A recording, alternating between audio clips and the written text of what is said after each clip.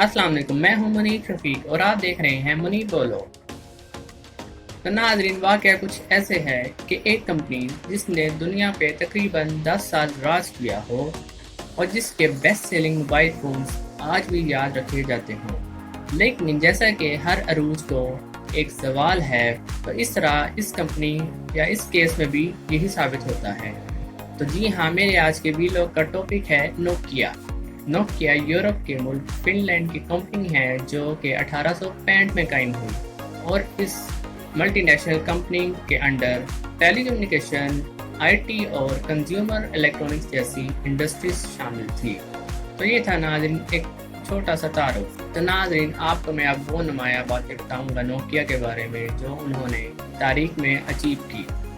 अक्टूबर 1998 में नोकिया दुनिया में best selling mobile phone brand बन गया था और इसका प्रॉफिट 1995 में $1 बिलियन से $4 बिलियन तक महज 1999 4 साल के अंदर अंदर ही बढ़ गया था। और नोकिया की तारीख का best selling mobile phone model 1100 रहा है जो कि 2003 में लॉन्च हुआ था। और इसके अलावा नोकिया को 3310 से भी मुंसलिक किया जाता है और बहुत सारे मीम्स में 3310 को नोकिया से जोड़ा जाता है। नोकिया 3310 को, जिसको हथौड़ा मोबाइल भी कहा जाता है, तो 3310 मोबाइल फ़ोन मॉडल को नोकिया की पहचान भी समझा जाता है, जिसकी मेन वजह उसकी पायदारी थी। तो ये थी नाजरीन कुछ नोकिया के बारे में नुमाया चीज़ें। अब मैं आपके सामने रखूँगा वो चीज़ें जिसकी वजह से नोकिया फेल हो गई और हम इन पॉइंट से क्या सीख सकते हैं। तो मेरा पहला पॉइंट है, नोकिया बुरी तरह नाकाम हो गया जिद्दत को लाने में और जिद्दत को अपनाने में, जिसकी वजह से नोकिया का जो यूज़र था वो इससे मायूस होकर दूसरी कंपनियों की तरफ देखने लगा।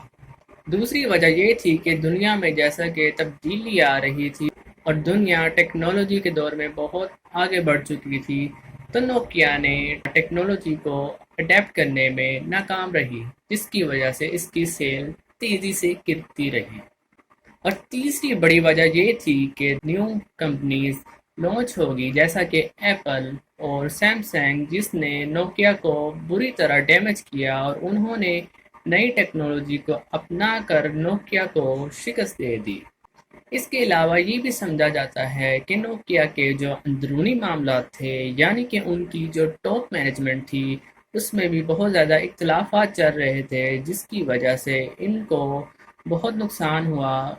ओवरऑल तो इस वजह से भी नोकिया का डाउनफॉल आ गया और आखिर में नोकिया स्मार्टफोन मार्केट के पोटेंशियल को अंदाज़ा लगाने में बुरी तरह नाकाम रहा, जिसकी वजह से आने वाले सालों में नोकिया सफ़े हिस्सी से मिटता गया और इसकी जगह बहुत सारी कंपनीज ने ले ली।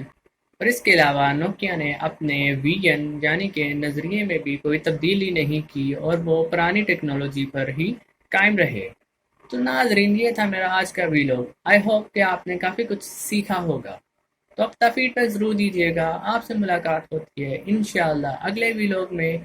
खुदा हाफिज़।